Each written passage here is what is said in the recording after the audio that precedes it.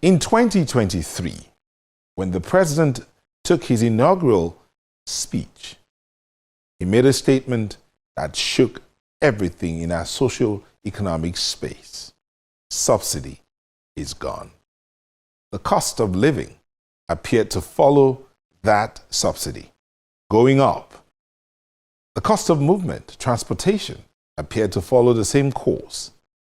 Fuel prices went up, and so did costs of practically everything. But the president and this administration thought to come up with something that could change, or that could be the game changer. The Presidential Compressed Natural Gas Initiative, that's supposed to ensure that the cost of transportation is reduced. Why? When the vehicles get powered by compressed natural gas. Some say it is not new. It's been there. I mean, between 2007 and 2014, there was that pilot program in Edo State, Benin City to be precise. As some will say, and records show that till today, there are hundreds of vehicles running in Edo State powered by CNG. Now, since then, some other people have had to go through the process of converting their vehicles from petrol-powered to gas-powered. How effective has it been? What is the initiative all about? What are they doing? How far so far? With 100 billion naira allocation from the Federation account towards this project, what's the progress so far? How many conversion centers are there? What about the refueling stations? How many do we have across the country? 36 states of the Federation. In the first 3 years, the initiative was planning to put out about 1 million conversions. How many of those vehicles have happened? Newsnight sat down for a conversation with one who should know. He's the one managing the initiative, the managing director of the Presidential Compressed Natural Gas Initiative, Mr. Michael Oluwagbemi.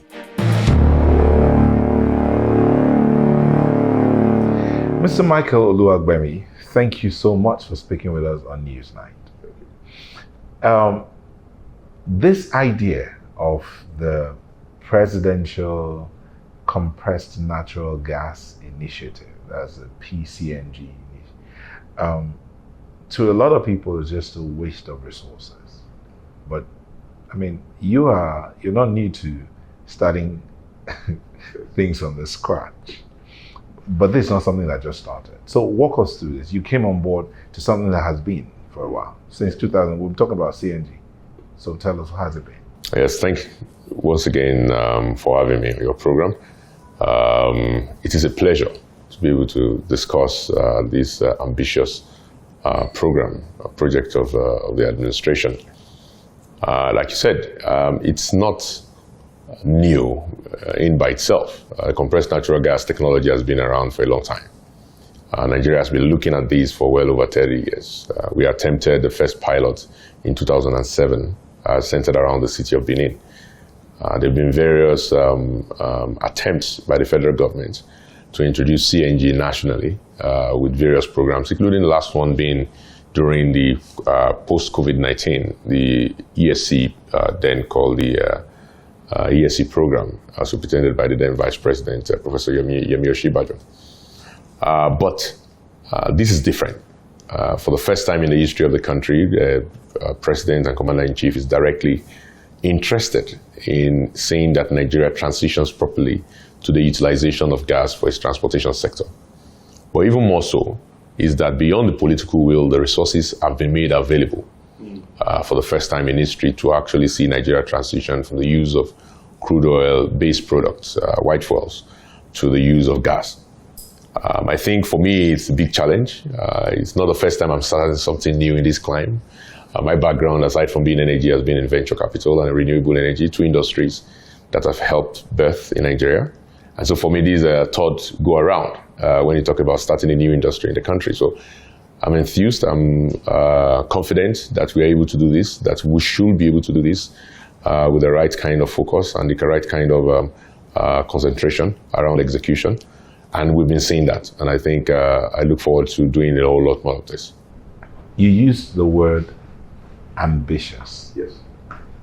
Now, when you hear that kind of word in a conversation like this, especially for something new, that initial ambitious makes it look like it's not going to be. It's going to be a tough one. It will be difficult. In fact, it's near impossible. Two words or two sayings come to mind as you're talking about it. One is that if it were easy, someone else would have done it. That's what my dad always used to tell me. Like, you got to go do it because you are the one appointed to do this. With the team, of course, that I have here, which is quite excellent, I have to say, and the leadership that the president has given to me via the steering committee led by Dr. Zach Adedeji and the other 6 wise men and women. But beyond that is that if your ambitions don't scare you, your dreams don't scare you, then it's not worth dreaming. So I think for Nigeria, if we are not scared enough about this kind of ambitious transition, then we should not be doing it. It's a very big country, and we should have big dreams. After all, this country was able to develop a new capital here in Abuja on an empty grassland just about 40 years ago. Today it's populated by well over 5 million people, one of only 2 countries in the world to develop a new capital in the last 100 years. So I don't think impossible is a language when it comes to being a Nigerian. I think the Nigerian can do anything that he sets his mind out to do, provided we focus on it and we set out to achieve our objectives. And I think we can. Like I said, I've been part of 2 other industries. When we started out trying to create the VC industry in Nigeria, some people said it was impossible. Many years later, we're having billion-dollar exits in Nigeria. I was part of that, leading my then private firm, and renewable energy, the same thing. And I ended up, sitting on the board of the Royal Electrification Agency of Nigeria under the last administration, because we've been able to do the kind of ambitious projects that have today transformed that sector. So I think this is a third merry-go-round for me. So I have the confidence that I have today comes from the previous experiences I've had helping to start new industries in Nigeria. So okay, you were part of and you've generally been part of the energy system in Nigeria, so to speak. But when you talk about gas, the word gas, we're used to seeing gas for cooking. Later on, we got to hear about gas for turbine, for power. But gas is considered a dangerous element. The ignition level of gas, high octane, CNG is basically high octane level. And so the ignition levels are usually like that. Yet, that's where you say we're going to. Why should anybody look in that direction? Why should we be looking there? In the bid to run away from fossil fuels, right? Gas is also part of the fossils. Given my background, technical background, I can tell you for free that CNG is cheaper, it's safer, it's more reliable, and by far it's cleaner than white fuels. And I don't use the word safer loosely. It's about 8 times less explosive than diesel, 18 times less explosive than PMS. Self-ignition level is almost times 10 of that of any of these 2 products I just mentioned, sitting about more than 1,000 degrees centigrade before it self-ignites, meaning that left alone by itself, it cannot just ignite itself until temperature rises above 1,000 degrees centigrade, which is almost impossible in this climate. The way it is stored, the way it is transferred, makes it a whole lot safe, stored in bulletproof container. That's not the case with diesel or petrol, which is stored in tanks, metallic tanks in your vehicle that explodes almost every time that they get into an accident. We hear about tanker explosion, diesel tanker explosion, and petrol tanker explosion all the time. That's not the case. You hardly hear about CNG explosion across the world. Why? Because it's stored in a seamless, non-extruded cylinders that it has no welds, which means they cannot have escape points, but it's also bulletproof. Beyond that is that the intrinsic property of gas makes it lighter than air, meaning that the moment there's some kind of breach, if it ever exists, it dissipates very quickly, unlike that of petrol or diesel that settles. And as you know, you only get explosion, you only get ignition when there's a presence of the ignition. It's the lighting source itself, as well as the fuel. In this case, the fuel dissipates very quickly because it's much lighter than air, so it's very unlikely that there will be any kind of explosion. Now, the confusion oftentimes is that people are always confusing CNG with LPG. CNG is not LPG. LPG is a different gas. Gas is a loose word. We use gas when we say the word gas. There's so many things like this. Even the Americans call the PMS gas. Yes, and I'll tell you why. That's an interesting point, that they call gassing up the car because the reality is that your vehicles don't use liquid petroleum. What happens is that at the point of ignition, your liquid converts to gas. So what you're doing is, by using CNG directly, is that we're eliminating that conversion, which lowers emission. Is the reason why the tailpipe emission of CNG vehicles is about 40% less than that of white petroleum vehicles. So by eliminating that conversion from petroleum to gas, by going straight to the use of gas, is the reason why gas vehicles are cleaner. Minus that is the fact that it's more efficient. Instead of you having to go through the conversion process of liquid to gas, you're just using gas directly. And of course, the point of LPG. LPG is a derivative of crude oil, unlike CNG. CNG comes from nature naturally. Your natural gas, it comes right out of the ground, either as associated gas or non-associated gas. Or sometimes it also comes from biofuels. So in the case of methane, that comes from degraded material. So they're natural. They're in a natural state, and they're much lighter than it. Unlike LPG. LPG is a derivative of cracking, is a derivative of the refining process. It's heavier. Is the reason why you have explosion when it comes to cooking gas, because that's LPG. Its main component being butane and propane. But in the case of CNG, its main component being methane and ethane.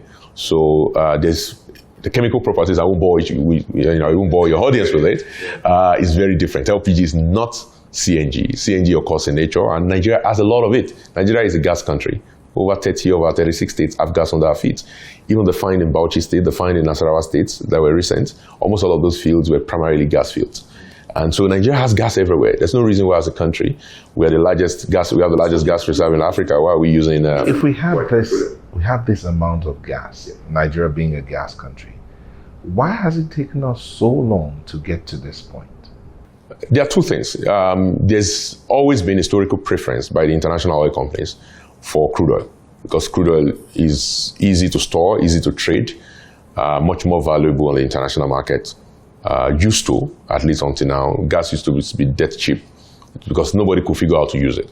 So it's not until recently, maybe the last 20 years, 20 to 30 years, when the technology around gas storage, especially liquefaction, which was a period Nigeria built the LNG, that gas started becoming a lot valuable when it comes to the IOCs.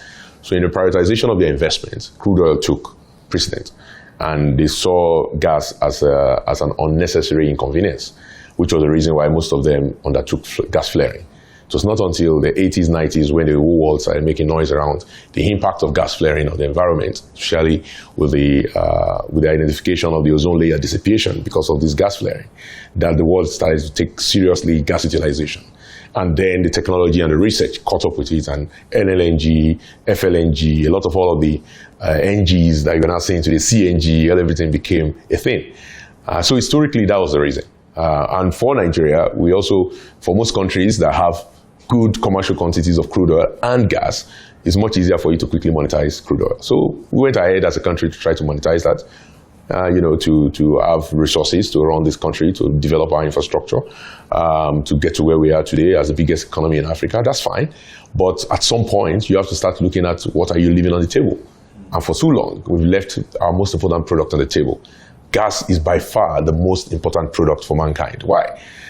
Gas is very intrinsic to not just your energy sector. Most countries in the world that are running on advanced countries in the world are running on gas. If you go to the UK, you go into Germany, you go to US, gas comes all the way to your home, not just for the purpose of cooking, also for the purpose of eating. In fact, wars have started around gas. The Ukraine-Russia war is basically around gas. Most of these economies turn on gas. Gas is also very important for the food production systems, because you need it for urea production, which is attached to, is a fertilizer that you use on your farm that allows you to improve your food production, cater for your population. The gas is very important for plastic manufacturing. It's a feedstock into your plastics, into your goods item, computer system, even your solar system. Your solar panels is laid on plastic products that are made from gas. So gas is what runs the whole global economy. So for us, we looked at what are we leaving on the table, and what we are leaving on the table is the most important thing. We cannot continue to waste our gas resources, which today we are flaring about 30% of it. We are injecting about another 30%. We are only utilizing about 40% of our gas resources. But this gas we're talking about, the one we're flaring, is the one from crude production, from cracking. Not necessarily. No, the one that we're flaring today is mostly from associated gas, which is also natural gas. So there's NAG, which is non-associated. There's associated, which is from crude production, but from crude refining is where you get LPG. So we don't have a lot of LPG today from crude refining because we're not even refining any at all because our refineries have had problems. But most of our flaring today is from associated AG gas, which is associated with crude oil production, but we're wasting natural gas. We need to put that into use. All of those natural gas, Nigeria has a reserve that can last us for over 100 years that we've identified. With respect to the one we've not identified, probably another 100. So, but you see, this whole conversation right now, yes, the nations went after crude because it's easier. Now, Nigeria has said, this administration has said, we're going after this compressed natural gas wholesomely, and we're going to use it for transportation.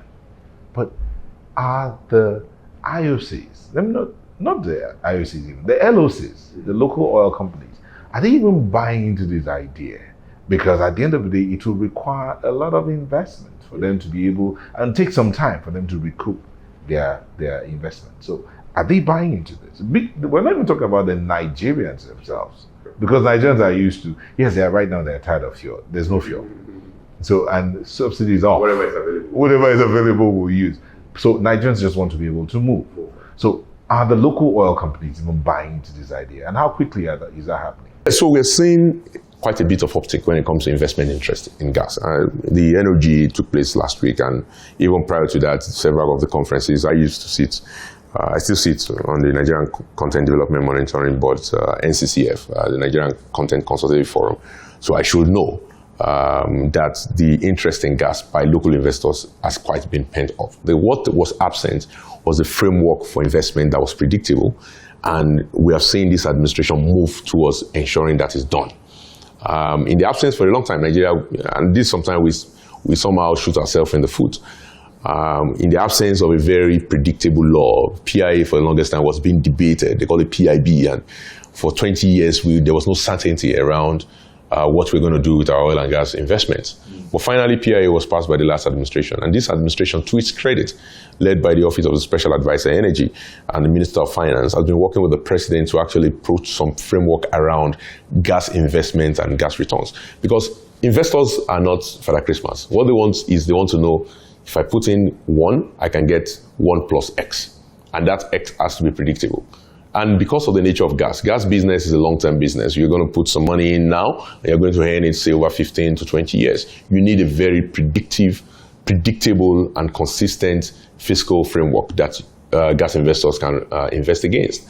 And so that's what was lacking, but we're now beginning to have that. And we have seen as a result of that increased interest in this. We saw the NNPC in terms of their investment, not just in the pipeline systems, but even in the projects. We are seeing a lot of projects now that are moving towards FID. I remember in 2013, I did the feasibility studies for the EIJ, which is the ELPS, Ibadan, Ilorin, Jeba pipeline systems, then for NNPC. And for, more than 10 years now, that project had not seen the light of the day, but I understand now it's moving towards FID. That shows you that investors are going to put their money where their mouth is once the government define a predictable framework for returns on investment. And that's what we're beginning to see. So the President's program, President Bola Ahmed Tinubu's GCFR's program, have not just been about, okay, we're utilizing gas. It's also been about how do we stimulate investment in gas in the upstream. And that's what we're beginning to see with what the Minister of Finance, the Special Advisor Energy, has been able to put together. We're also seeing a lot of resolution on the side of NNPC with its partners of issues that have been pending, that have been preventing some of this investment when you talk about the IOC side.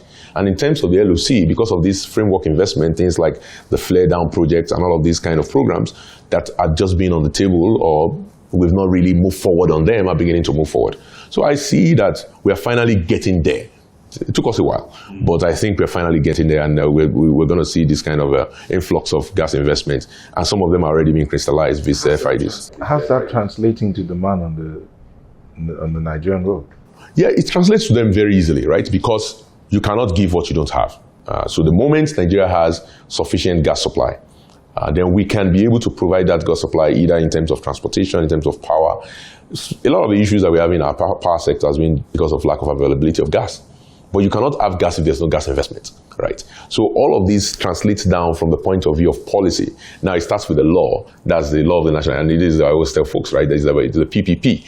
The politics, which is the law has to be passed by the National Assembly. The policy has to be implemented or has to be stated by the executive arm. And then you must now implement programs like mine to then leverage on both the law and the policy. The policy of the federal government is predicted on the PIA, which was passed by the National Assembly about 2 years ago, 3 years ago now. And now we are now having programs like the Presidential CNG Initiative, lashing onto the policy of gas utilization, lashing onto the policy of energy transition, lashing onto the policy of local and indigenous utilization of our natural resources. And all of these policies are important. And now we're using those policies and we're implementing programs that will impact the lives of Nigerians. At the end of the day, Nigerians want cheaper transportation. Today, you can get or fuel your gas tank for about 70% less than using CNG instead of using PMS. It makes sense. So the common man suddenly can save 70% on their fueling cost. You see, you've not, you kind of like jumped to the gun, because I was going to allow you to build this, then we'll get to that point where we'll say the cost of even converting the cars. Yes. It's astronomical. Yeah. I mean, when someone thinks about going to do a conversion for about 400 to a million naira, the person begins to think, where would I have this money from? But before we get to that point, let's step back a bit. The matter of gas availability and costing has been a conversation that has gone on over and over and over. From the administration of Goodluck Jonathan, we've had this conversation about the cost of gas. Would it be sold at international price or international market prices, or would it be sold at the level that Nigerians can actually be able to relate with? So when you weigh that against the demand for gas now for the vehicles, one begins to wonder. That's why I asked the question, how does it relate to the Nigerian out there who just wants to be able to move his car, eventually maybe be able to cook with it or power his house? So for me, it's a very, like I said, you can draw a straight line from supply to demand, right? I mean, if you have something and then you can be able to provide some kind of predictable pricing around it, then folks that are demanding for it can then have what we call energy security. Because at the end of this, all we're talking about here is energy security for the ordinary Nigerian. The reason why we all consider PMS to be unreliable today is because you cannot, with all matter of confidence, say that when you want petrol for your vehicle, you're going to get it. And you cannot even predict the price, because the price is being affected by what? Things that are not your business. If there's a fight in Palestine versus Israel today, you pay more at the pump price. Is that your business? It's none of your business. If Ukraine and Russia are killing each other, then they tell you to pay more for PMS. Is that your business? It's not your business. So as a country, we do not have energy security because we are directly exposing our population to matters that are basically not their business. What we need to do is to untangle our economy from these matters that are not our business. And one of the ways to do that is to utilize the resource that we have bountifully locally, domestically, and which is natural gas. And natural gas, you talked about international price of, there's nothing called that. It's not like crude oil, where the price of crude oil in Ogun State has to be the price of crude oil in Saskatchewan, in Canada, because they are priced internationally, and there's the opportunity cost of not selling it internationally, as Mr. Dangote is beginning to find out. Gas is not like that. Gas is a resource and commodity that is completely priced domestically, because you cannot trade gas the way you trade crude oil. You cannot put gas on in a jerry can. It's not possible. We were talking about what's been so far, and I know I asked you the question about capacity. Yes. Do we have the wherewithal? Do we have the capacity? Can we say, in terms of enforcement, consequence management, transparency, can we achieve that in this space? Do we have the political will? Going beyond the political will, do we have the heart to bail the cat in this sector? Yes, we do. We could not have been luckier in terms of the man at the helms of affairs. He's an oil and gas accountant. And when you talk about transparency and accountability, it doesn't get better than that. He understands the ins and outs of the industry, operated at the highest level in the same company that I used to work for, ExxonMobil. Maybe I'm biased. There's the Exxon way, which we think is superior to the other ways. But I think that we have the political capacity and the political will today to do the right things. He's been making some very difficult decisions the last 1 year. And as a watcher of the sector for a long time, and also a participant, I told you I sat on the NCCF since 2014, an appointment that was given to me by President Goodluck Jonathan. And I sat on there throughout the last administration as well. And the NCCF there, our job then was always as participants in the sector, as operators in the sector, helping to check the local content development in the oil and gas industry. And we saw what role accountability and transparency can play in helping to achieve that. Because prior to 2010-11, when the NCDB, the NOCGIC Act, which gave birth to the NCDMB, came on board, people felt it was impossible for Nigerians to even participate in the sector. I was lucky when I entered the sector in 2003, 2004. I was one of the guinea pigs, I would say, of helping to translate that policy into reality. Then when I was working at Exxon in Houston, I worked with 3 Nigerian entities that were paired with 3 international entities to demonstrate the capacity of local content. And so it showed that if we had a particular policy and we had very explicit benchmarks and we had to report on it transparently, the way NOCGIC Act required NCDMB to work with NCCF, where the NCCF was an industry body like ourselves then you get results. Today, nobody can say that the NCDMB is a failed organization because we know where we were in Nigeria when it comes to local content participation before 2010 and where we are today. We've made progress. And so it tells me that not everything is lost. Question of transparency and accountability. 100 billion naira was earmarked for this initial phase, right? Yes. But within that period, you're supposed to have 35 CNG refueling stations planned in partnership with one oil company. You're supposed to be looking at another 100 CNG refueling plants across 18 states of the Federation. How far so far? So far, so good. Good to report to you that as of today, we launched just in the last 30 days, we've launched about more than 22 refueling stations in Nigeria. It's 9 of them by NIPCO, another 12 by NNPC. Bovas has launched another 5. I'm hoping that by in the next 60 days, we'll be having nothing less than additional 60 of them, which will more than exceed the targets that we set for ourselves. In terms of conversion centers, we've identified well over 131 that we've helped stimulate or supported in the last 7 months that we started. We set out for 100, now we're at 131, so we've exceeded our target.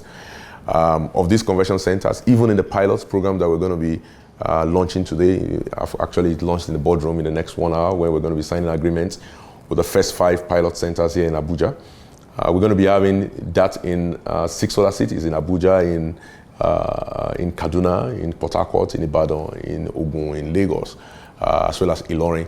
But even beyond that is the fact that we're able to seed 10, out of the gate, we seeded 10 conversion centers that are going to be having refueling centers that we're able to on-lend refueling infrastructure to. We launched one of them on May 29 in Ilorin. Additional 9 of them will be launched in the next 3 months. We are waiting for those equipment there. Some of them are actually on ground. About 4 of them are already in the port. They should be cleared today or tomorrow. And additional 3, are in the port, should be cleared in the day or tomorrow. And then another 6 is on the way already on the IC. So again, these are results. I cannot sit here and say that I've achieved everything I set out to achieve. Maybe I would have wanted much more number of conversions to be done, but we realized very quickly that conversions is a factor of availability of cylinders and availability of kits. And these things are not typically available on the shelf in the world. And even when they're available, you have to negotiate for it, you have to buy it, you have to import it, it has to clear customs. And so there are some things that not necessarily working well, but a lot of things are working well too. Okay, good to hear that. But I'm just wondering, you need cylinders, right? Yes. Are you importing the cylinders? Currently, we have to, because there's no country, there's no manufacturer of the special type of cylinders that you remember I told you that CNG cylinders are bulletproof and non-extruded. So it's the different type, it's not your LPG cylinders, exactly. So are we saying that there are no industries or people or persons or companies in country with the capability, not necessarily doing it now, but with the capability of... Exactly, that's where we are. So we've already seen that. The first batch, we need, again, the enemy of perfect, the enemy of good is trying to be perfect. So right out of the door, we needed some cylinders. So we already ordered those. It's coming in country, already in country. But we also recognize that that's not sustainable. You must manufacture some of these things in country. And so we're already in discussions with a number of manufacturers who are going to be aligning themselves with international companies that already do this, because of course this is a sensitive part of the program. I don't want us to compromise cylinder quality. I want to make sure that we get the best cylinders and to make sure that the industry does not compromise any safety standards. So our local companies, working with international companies, are going to the next phase, are going to be manufacturing in countries. We had a series of meetings yesterday with a number of them, internationally from India as well as from Italy, who are coming in country with their local partners to now start manufacturing. What's the timeline for this manufacturing? We should start assembling in country before the end of the year. We should start manufacturing before the end of next year. Would that in any way affect the cost of conversion? Because many Nigerians are stuck right now. They can't find fuel to buy. They can't convert their vehicles because the cost of conversion between 350, I think that's the cheapest I've heard, between 350 and $1 million, and it depends on where you go to. So how's that working out? A friend of mine who's even converted his vehicle having issues. 1 minute the vehicle moves, the next thing shuts down. So first thing first is that the cost, of course, will be a lot more moderated when you manufacture locally. One of the things that we saw is that even when we ordered through the Ministry of Finance, by the way, the 100 billion is not managed by PICNG, it's managed by the Ministry of Finance, who order on behalf of the PCNGI, and then we just take the materials from them. When they ordered at the Ministry of Finance last year, before the reset of the exchange rate, or the conversion of the exchange rate, the impact of exchange rate convergence meant that they would get less for the same amount of money, right? So there's a forex impact if you are importing stuff. So the upside of local manufacturing, aside from job creation, capacity, technical know-how, is also, kind of predictability you have in terms of pricing, because it's no longer tethered towards FX. So it's a good thing that we localize this kind of manufacturing in the long run. And so that's what we're trying to achieve. Yes, manufacturing in country will moderate the price of conversion. But beyond that is that government itself is putting in place programs to ensure that the price of conversion is also absorbed or shared by the government. Why?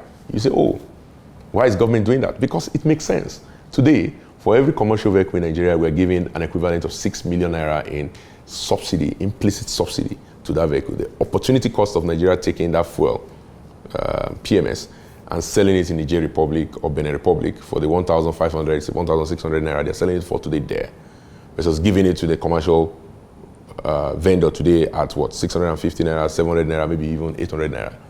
That opportunity cost is about 6 million to 7 million naira a year. Is the federal government of Nigeria not better off handing them free kits for 1 million naira and then having them to go and use the gas? Guess what? When they use the gas, it's owned by the federal government of Nigeria. If you read the PIA, every gas in Nigeria is vested in the federal government. So if Nigeria's commercial vehicles use gas because of the kits that we give to them, is the federal government that's still going to be selling gas? So ultimately, it makes more sense for the federal government to hand away these kits for free for our commercial vehicles, rather than have them continue to depend on 6 million naira worth of subsidy a year for petroleum products, aside from the corruption and the smuggling and all the things associated with the subsidy regime, which we know is there. So for me, I think we are moving in that direction. The conversion incentive program will seek to provide conversion kits, especially to our commercial vehicles, almost at zero cost. And that will ensure that we move 1 million commercial vehicles to gas. Timeline? What timeline are we looking at? We're looking at 3 to 4 years to achieve the complete conversion of 1 million vehicles. 3 to 4 years. And this has not been done by any country, by the way. Do you know how many vehicles there are in Nigeria on the average? Yes, in Nigeria there's about 12 million vehicles. 10 million of them run on PMS. But of that, about 5.45 million are industrial, commercial, or commercially related vehicle. But only 1 million of them are actually running on mass transit. So the mass transit vehicles are what's our own primary concern. I asked that question because I know that the Nigeria automotive industry agency says about 15 million vehicles in Nigeria, 12 million on the average move every day. Yeah. Now, those vehicles are a mix of both commercial and private. Yeah. I know private individuals who would want to do this because they are looking at also saving costs. Yeah, you talked about the commercials, But how would the private individuals, do they have a chance whatsoever? Yes, they do. Because if you understand what's going on here, is that we stimulate a local conversion industry, a retrofit industry, like we just talked about. Cylinders are being manufactured in country. Conversion kits are being manufactured in country. We're building a very solid financial layer on all of these. So the fintechs, the commercial banks, as well as the private equity investor are talking to us, and they are now developing products around this. If you're a salary earner today, which you most likely will be if you own a car, so only about 4.5 million private vehicle owners in Nigeria. Of course, a lot of them are multiple vehicle owners. So in terms of unique vehicle owners, we're talking about 1.5 million people, which is equivalent of about what our formal sector today have in terms of employees. So most of the people that own vehicles, if they're not entrepreneurs or politicians, they're generally salary earners. So those salary earners today are spending about 50,000 naira a week to fuel your vehicle. If someone comes to you and say, look, I'll give you kits, but you have to now give me 30,000 naira out of your 40,000 naira saving per week to make sure you pay off that kit in 6 months. I think most people would take the deal. They're already paying 50,000 naira. And now they're getting a kit that will allow them to be paying just 10,000 naira. And they're saving 40, they give the 30 away for 6 months, and after 6 months, they keep all their savings, and the kit is theirs. So I think most financial products and financial institutions are beginning to look at the potentials of this sector, and we're having discussions with a lot of banks, we're having discussions with a lot of, and we are actually activating these financial products for the rideshare sectors. You have to calibrate vehicle, you have to get brackets, you have to get valves, all of these things, all because you want to, when you calculate the man hours, the stress of looking for all of these things, and weigh it against the cost of just going to buy your PMS. No, the real cost is not just the cost of PMS. It's the cost that you Nigerians are using to subsidize PMS. The cost of not having a clinic. The cost of not having the man who's driving his vehicle, what are you talking about? No, but he's paying. No, he's for me. I'm paying right now. Yeah. I'm buying 1,200 naira at the black market because in the fuel station it's not where available. you're supposed to have 690 per liter to 720. Exactly. It's not available. So he's paying not just the direct price. His time is being wasted because it's depending on the resources that is not reliable and not widely available. Beyond that, his country is paying the opportunity cost of that product, whether you like it or not. And as a result of that, he's not getting the hospital, he's not getting the road, he's not getting the education for his child because we are using and expending it on a resource that arrives late, it's expensively priced, and is excessively smuggled, right? So the payments, so when you talk about search for brackets, it's ensuring that we use our own gas, this is very small cost compared to what we're already paying when it comes to this PMS industry and the kind of rot it has allowed to persist in our system today in Nigeria. We do not have energy security with PMS. That's just the honest truth. We need to give Nigerians energy security, and the only way to achieve that is to use our gas. How would the conversion affect the performance of the cars? It depends. Are you doing it right or you are doing it wrongly? So, like I said, it has a lot to do with the manpower. It has a lot to do with the materials. It also has to do with the know-how of the industry to respond. Because there's no, you have to understand when you convert a vehicle. Conversion, of course, is just one part. We have to understand this. Much cheaper to convert than to go and buy a new vehicle today that is running on CNG originally, right? I mean, we already have 10 million vehicles running on PMS. So it's much easier for us to take 2, 3, 4, 5 million of that, convert it, and start using our gas, right? However, in terms of the reliability of the conversion, is dependent on all of these factors I've already mentioned. But we as a country and as a program, what we've committed to is to ensure to step up the quality. We are doing this by creating what we call the Nigerian Gas Vehicle Monitoring System. That is going to be monitoring conversion from the point of it being done, ensuring they are using materials that are properly certified by SON, materials that are properly adopted by SON, be it the conversion kits, the valves, the cylinders, and properly registered. I would say preach it, preacher. Yeah. But then there is the matter of policy, implementation, and consequence management. What's going to happen with that? Are we going to see a follow through? Yeah. Are we going to see an end to this matter where vehicles, as they are coming in there, they are converting or whatever, the ones that are already in? Yeah. Are we going to begin to see manufacturers of vehicles, knowing that these vehicles going to Nigeria, begin to look at, let's make CNG vehicles for Nigeria like they do in other countries? Yes, you will begin to see that. And again, the taste of the pudding is in the eating. Ultimately, the question is, has the president put in place the right policy? Yes. Has he put in place the right professional team to ensure the implementation of that policy? I think he has. I'll be shocked if you say he has. No, I think he has. I think he has. You'll be very hard pressed to find more passionate men and women than the men and women that sit on my steering committee about driving the energy transition and the fiscal stability of Nigeria. Because we know that transitioning Nigeria from PMS to gas allows Nigeria's finances to be stable. So at the end of the day, I think for us public officers, we must hold ourselves to these high standards. We also have to be open and transparent with the public when we face challenges. If there are challenges, for example, on our side with importation and being able to source materials, we're very open with it. Yes, we are facing delays. We're not the one that caused the Palestine war that is making shipping routes shut down because of Houthi rebels in Yemen. That's the nature of the world. But then what do? We respond by saying, look, we have to localize the supply chain. We're not going to go through that again because of the delays we've already experienced this time around. So we have to be open to you about the challenges. We have to be open to you about the opportunities. We also have to be open to you about our benchmarks and our targets. And as we are meeting those targets, we also have to celebrate them. Because I think ultimately what the media needs to do is to give Nigerians the hope that and the confidence that this can be done. If we don't do that, then we have failed ourselves as a country. We always shift it back to the media. If you do not bring forth because you are the fourth estate of the realm. We cannot bring what you are sitting here. If I ask you a question and you're not answering the question to inform the viewers, there's nothing I can give. Sure. So it's not about me. It's about you. But I think when I ask you a question, for instance, I'm open about it. You talked about the 123 conversion centers that you already have. Yeah. Is that how many conversion centers do we need across the country? We estimate that we need about 1,000. But again, we set ourselves a target for the first year. Let's remember that when we started this program, there were only 7 conversion centers in Nigeria. Right? This was November of last year. So we set out and said, okay, for the first year, we want to achieve 100. But we have 123. So I have every cause in 6 months.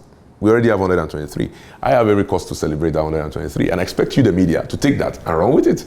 And now, because that's your responsibility to Nigerians. Okay. Because I think that, again, there's a role for patriotic media in the country and in every country in the world. If you look at the likes of South Korea and Japan, the level of industrialization post-civil World War II in 1945 and 50, most of them were making so-called substandard products. But their media was not necessarily putting that and saying, oh, Japanese product is substandard, South Korean product is substandard. Nigerian media is not doing that. I hope as I said, it depends on what you guys come to tell us. Yes. You public servants. When we ask you the question, if you're not talking, we will have nothing to communicate to the people. Our job is to lay white and black before the people. So if you come now and say, oh, no, what you're holding there is actually white, not black. We'll say, okay, people, you've heard him. This is white, not black. I think that the so it still comes back to you, the public servants, when we call for you to talk to us. So we talked about 1,000 conversion centers. Right now we have 123.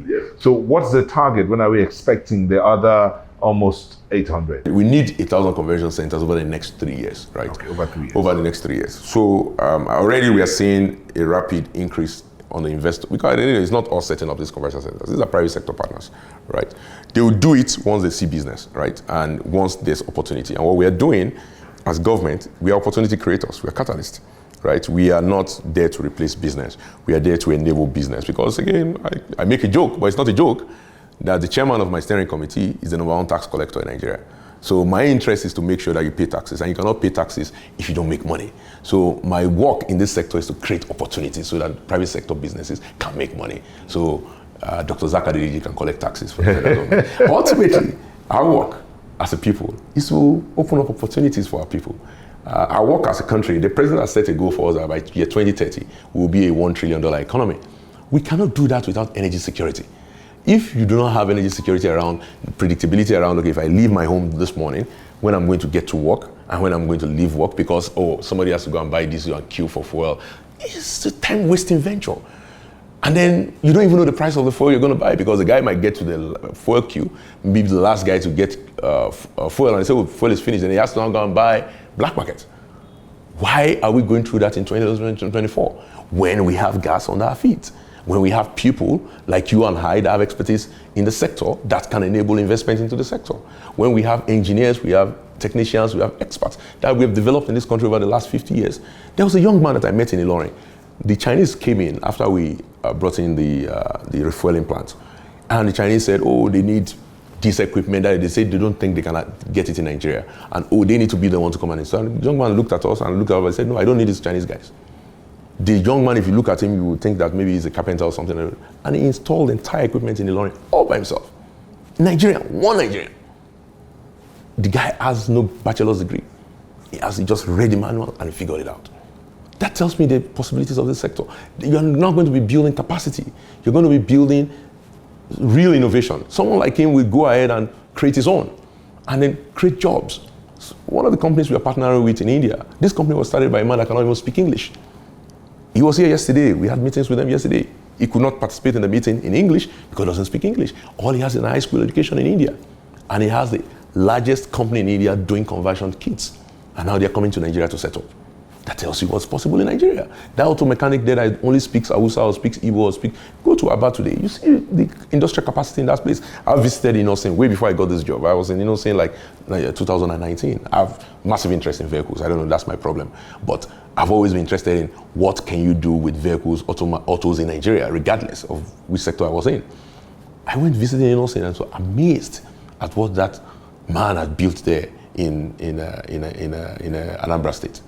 It is incredible what the Nigerian can do. Go to Kojo Motors here, also in Onitsha, along the Onitsha-Owerri Expressway. They are the ones that they delivered first to us.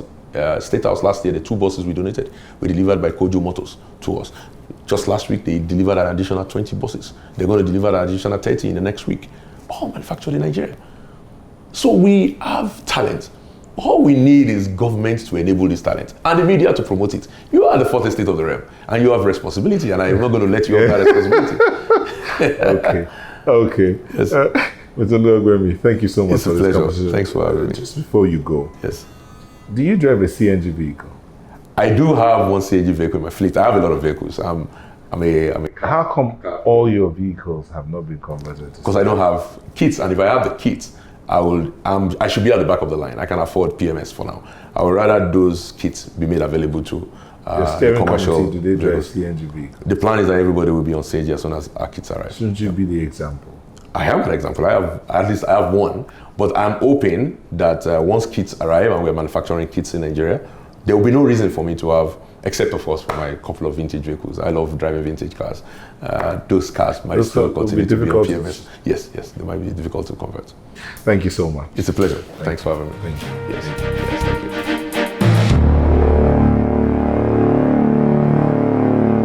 That's our conversation today. I want to thank you for being a part of it. Let's hear from you. Our social media handles are right there on your screen. Send us a tweet, send us a mail. Let's hear your side of the conversation.